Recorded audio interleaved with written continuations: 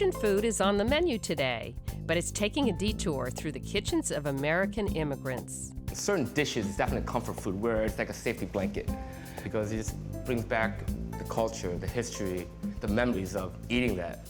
Hung Huynh is one of those immigrants, a Top Chef winner who brings us a dramatic backstory and a delicious Branzino recipe. Fish should not smell like fish, it should smell like the ocean. Let's take a quick whiff. We'll see what other Vietnamese immigrants did when they landed on our Gulf Coast. Are you ready for Viet Cajun food? It's sort of Vietnamese trial and tribulations in a little bag. And I've got my own Asian American culinary mashup, Korean bibimbap, with ancient grains instead of rice. Yikes, isn't that gorgeous? Asia meets America in the most delicious way. Today on Sara's Weeknight Meals. Yikes, so good.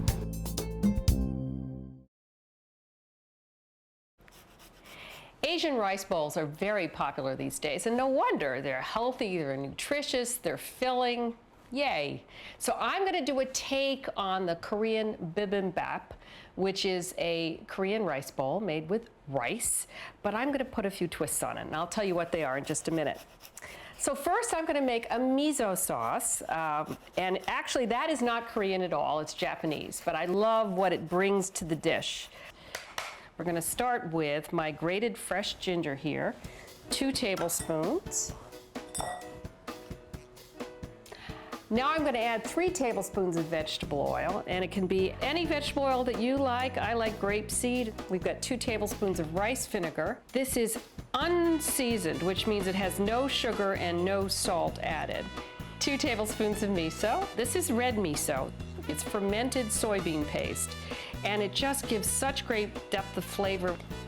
Now, here we have 1.5 tablespoons of well-stirred tahini. I put a little bit of vegetable oil in my measuring spoon before I started so that it would come out easily. Then we're going to add a tiny bit of sugar, just 1 teaspoon, and a tablespoon of water to thin it down a bit.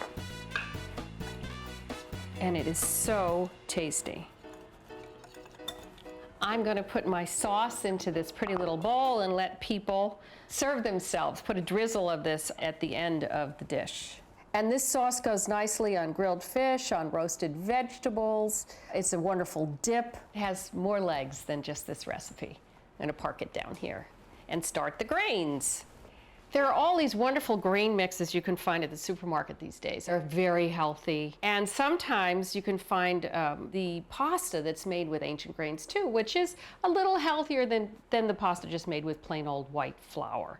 So today I'm using a mix of sorghum, and you probably know it as sorghum syrup, but it's a grain that packs lots of vitamins for you. Teff is another grain in here. It's the tiniest grain on the planet, sort of like me. And then last but not least, we have kamut, an ancient grain also, that brings a little bit of sweetness and buttery flavor to this mix. So we start by putting the grain mix in, and this mix feeds 3+ people, which is plenty with this grain bowl because there's so many other things in there besides the grain. And then I'm going to add a 1.5 cups of water. You could add broth if you wanted to, vegetable or chicken. This is a wonderful vegetarian dish, so you might want to stick with the vegetable broth. And then a tablespoon of oil or butter, and I'm adding some oil. I'm going to bring this up to a boil and then turn it down to a simmer. And then I'm going to give it 14 to 15 minutes, and then we let it just sit with the cover on for 5 minutes. So now I'm going to start cooking all my vegetables. First with carrots, I'm going to add about a tablespoon of vegetable oil. Again, grapeseed, my favorite, but you can use yours. And I've got some shredded carrots. You can buy them shredded, you know, like what goes into the coleslaw mix, or you can use the grating disc of your food processor or the handheld grater. Now I'm going to add a pinch of salt because it's important when you're cooking to season as you go. I've used carrots. I'm going to then add shiitake and spinach, but you can vary the vegetables in this. This is a very forgiving dish. So you can have the grains of your choice, the vegetables of your choice, and the protein of your choice. And we'll talk about the protein in just a minute. Okay, I can see these are getting tender, and I want them to not be mushy. So I'm going to get these guys out. We're just going to add them to our pan. So I'm going to put a little more oil in here, about 1.5 tablespoons, and add my shiitake mushrooms. I love shiitake mushrooms because they've got such great flavor and texture. And we're going to get these somewhat softened and then add the spinach just to wilt. And this will take a minute or two. Shiitake are very interesting, unlike other mushrooms, in that they don't give up as much liquid. Usually you put mushrooms in a pan, they stick, then they get all wet, then they lose their liquid, and then they're good to go. Shiitakes just sort of absorb the oil and then hang out without giving up much liquid. So I'm just going to add the baby spinach. I love baby spinach, and just let it wilt down.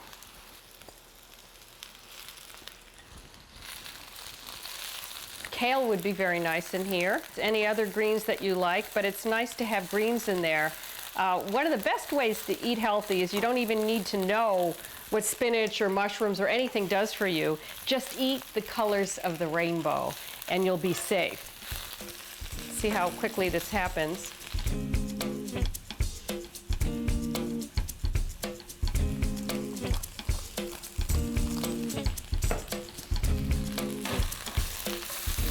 Isn't that beautiful looking? I'm going to put this on our sheet pan, and I'm going to park it in the oven. I mean, if you don't need it to be piping hot, you certainly could just let it sit right here, and that would be fine. But I want it to be hot, so I'm going to put it in a low oven.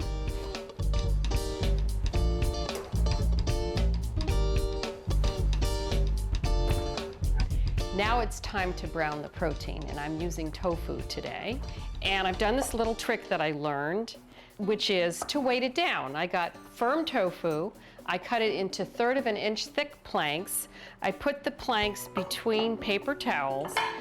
And what this does, these paper towels are now really wet, is it gets rid of all that excess liquid so that when I saute, the tofu is going to be much crispier.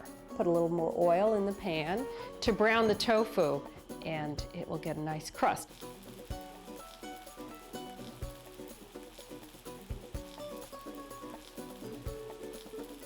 So this is going to take about 3 minutes aside, and then we're just about ready to start plating. The last thing will be the fried egg.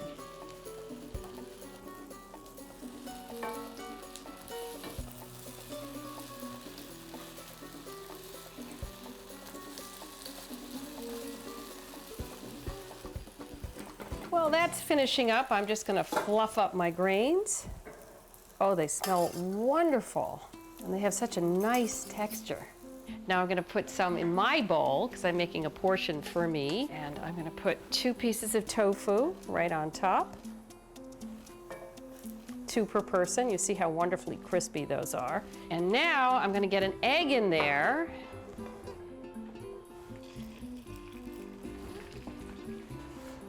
Here we have our nice hot vegetables. I'm going to put them on top of the egg just so that they can cook the egg a tiny bit.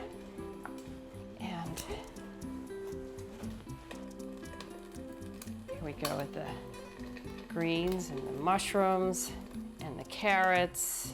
Keep it colorful. Red peppers be wonderful in here. And now this is the last wonderful touch. Wow, isn't that gorgeous? Isn't that just gorgeous? So we'll just put a little bit of drizzle of this. I don't want to cover up that yolk. It's just too beautiful. Our scallions. Toasted sesame seeds, and last but not least, the hot sauce. And you just do sort of a stripy thing. Wow, I mean, yikes, isn't that gorgeous? And that is a healthy meal in a bowl.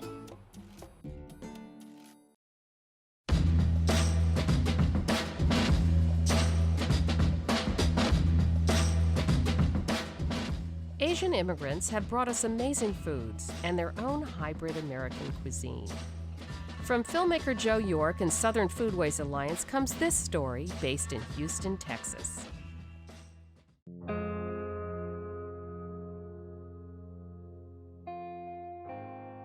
South Vietnam And America, of course, had the relationship before the war, and when the war ended with the fall of Saigon, and there was a huge adoption program practically. And Vietnamese were moved over here, and I think that we found the Gulf Coast to be not unlike our home.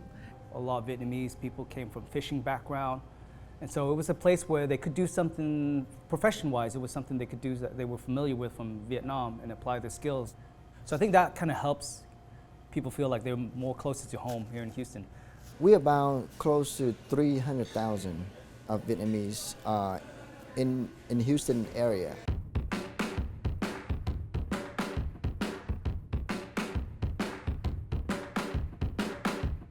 Vietnamese crawfish started with Louisiana-style boiled crawfish, but the Vietnamese of the Gulf Coast took it another step, and they added some Asian aromatics to the boil, lemongrass and ginger, and they made a sauce out of butter and garlic and spices.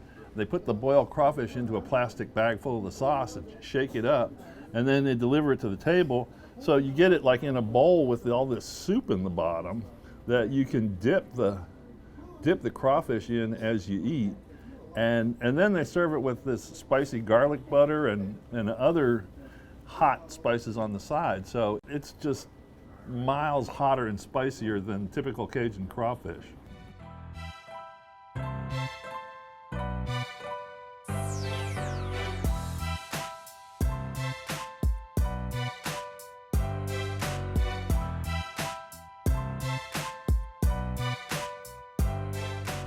We're trying to bring the two culture in together. The two culture is from the Cajun side that represented Louisiana, that's we very close with from Texas. And then the culture of Vietnamese is very, very close with French. And then, you know, Louisiana Cajun food is very much French colony. So we thought of it, and then we kind of put them in together, and that's how we come up with the concept.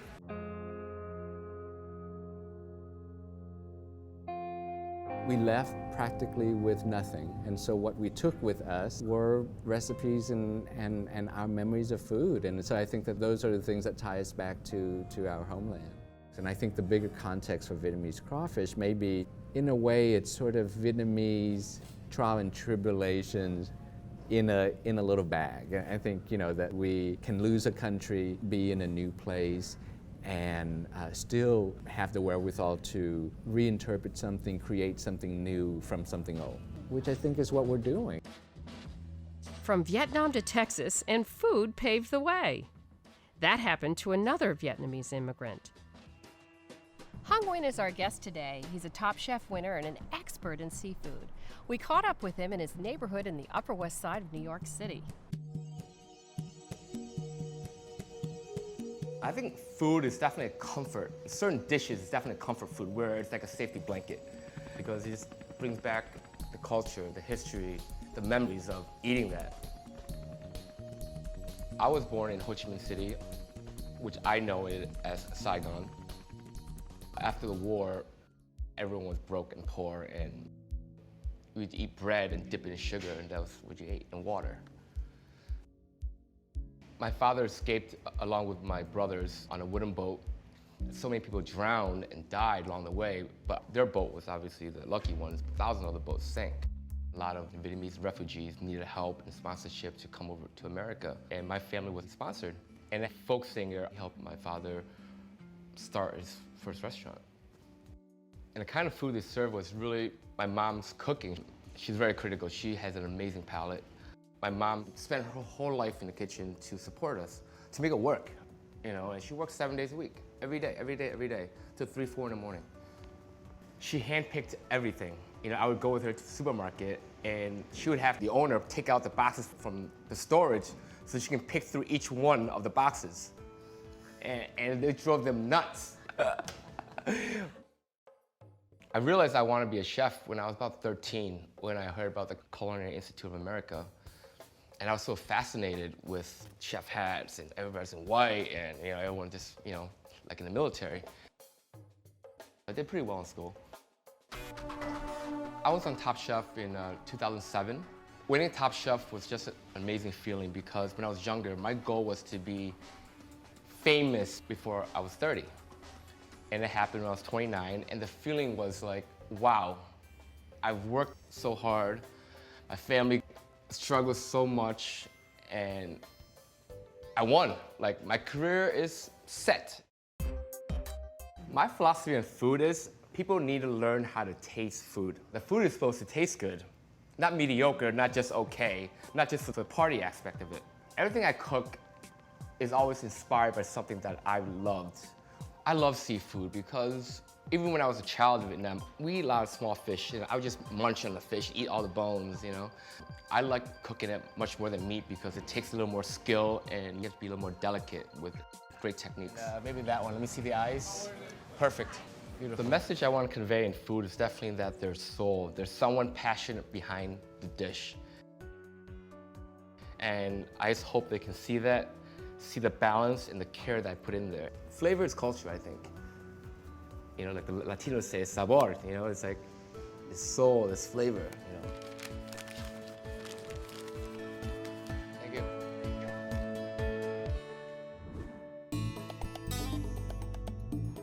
Hi, Sarah. Hung, hello. How are you? How's the train ride? Looks good. Take a little nap, yeah. Yeah, I love trains. What have you got? Some vegetables, lettuce, cucumber, tomatoes. Oh, terrific. Come on in. What do you think of my garden? Isn't that something? It's beautiful. Yeah. Beautifully manicured. Just like me.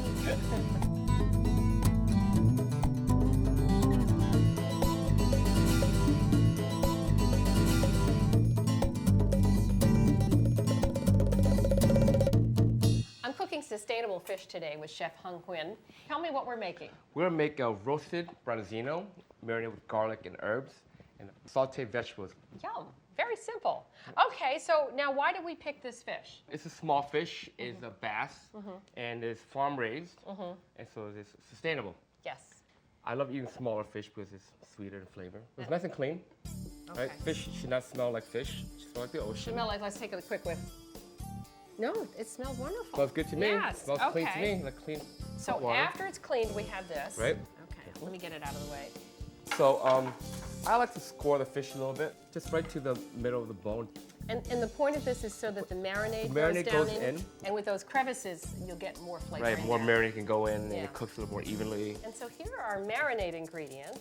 So I'm going to give you the garlic since we know. How much do we need? We need a couple tablespoons. I need right? about 6 cloves, it's fine. Okay. Why don't I zest the lemon while you chop the garlic? So we put our marinade in here to mix Yes. it up. So I'm going to chop up some parsley. Yep. We need 2 tablespoons of thyme Yes, and use thyme. a 1/4 cup of parsley leaves. Go ahead, pick up the stems a little bit.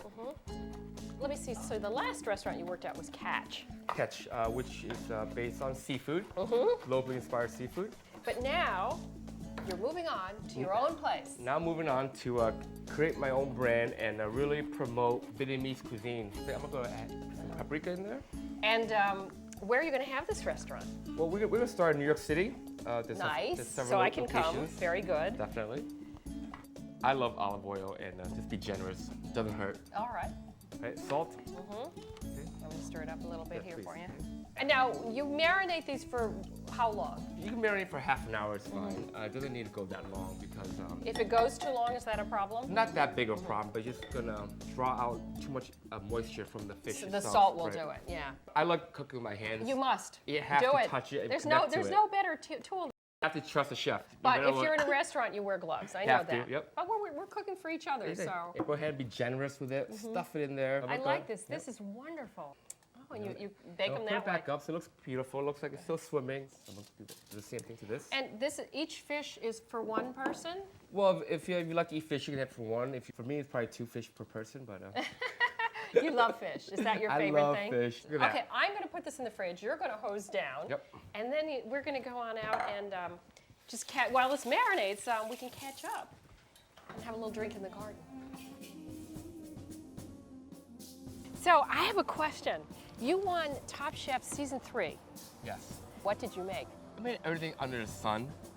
Tell me your favorite thing you made. The favorite thing I made was sous vide duck breast with foie gras and truffle jus. Whoa, You know, wow. the compliment from the judges where it was a 3-star Michelin dish. I love duck too. Yeah, Oh, love duck. yummy. We should go check the fish. Oh, yes.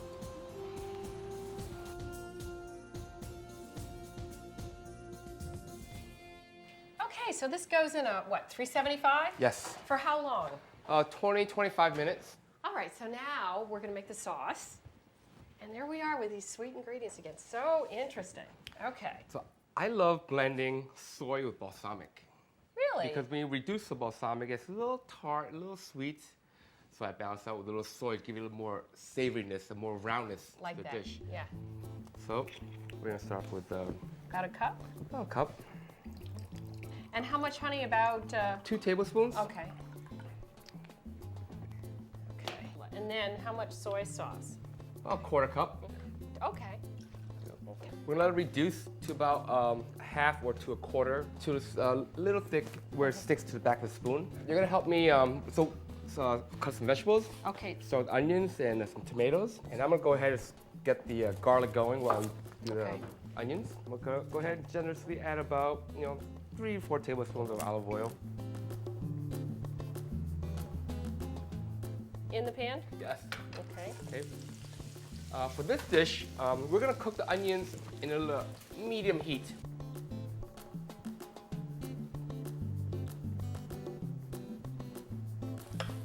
And then you're just doing a little julienne. Julienne, yeah.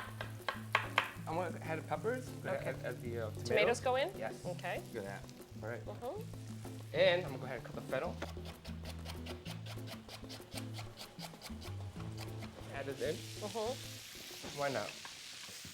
Then I'm gonna go ahead and add a little I was going to more say, you salt. haven't added any salt A yet. little salt. Oh, And you then we're want- gonna add some white wine Oh. for liquid. Okay. For another layer of flavor and acidity. Yeah. Yeah. Don't be shy. It's No, only wine. no, no. And Okay. again, add a little butter. Ah, you're going to add it now. Yeah, it's like everything glazed, reduced. Okay, Something- butter. You Why keep not? surprising me. I know. Want to keep me guessing? I'm not shy, so if not, add a little extra olive oil Add a is little more fine olive too. oil. Why okay? not? Why not? Yeah. A little pepper, lots of pepper. I love pepper. We should go check the fish. All right. Wow. This looks fantastic. What do you think? It looks amazing. Now, how do we know it's done, Hung? Well, we can stick a little fork or spoon in there, and we can peek at it a little bit here. Almost, it's coming off the bone. It's coming off the bone. And the meat is not translucent anymore. See that? Okay, Look at it, yep. falling off. Okay. How amazing that is. Wow. Okay, now you're going to show us how to Yep. bone that out. But first, let's take a look at these vegetables. Those Look are at that. beautiful. Now the tomatoes are broken up. Let me get You know, a spoon just to You know, see. and the wine and the tomatoes Look have at how married. thick that is. That's The beautiful. butter, the olive oil, it's Yay, that's a perfect. home Look at that. run. It is delicious. Look at that. So that goes underneath. Yes. Well, that'd be good all by itself. It's great by The itself. vegetarians are all going, yay!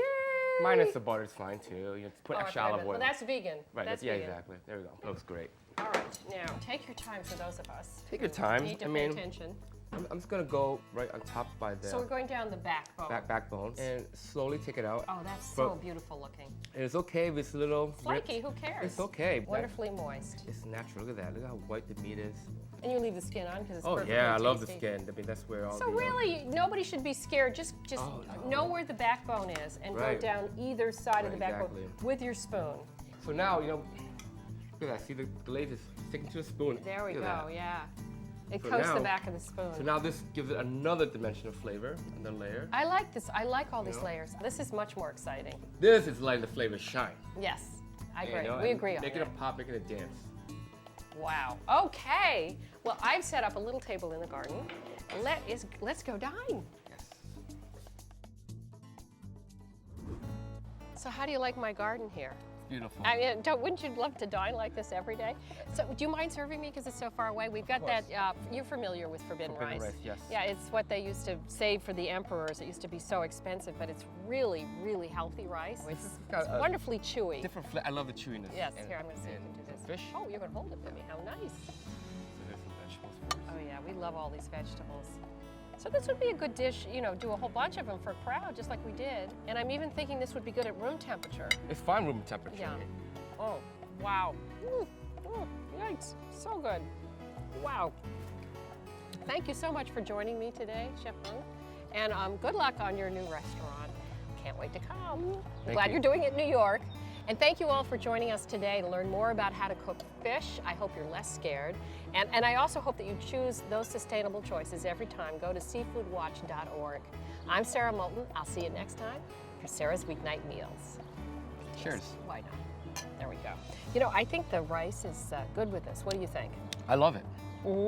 Combination is great with the vegetables and chewiness of the rice. The chewiness, because I mean, you know, you could serve this with white rice too, which is lovely, and I'm sure you like white rice a lot, but I just think the chewiness is good.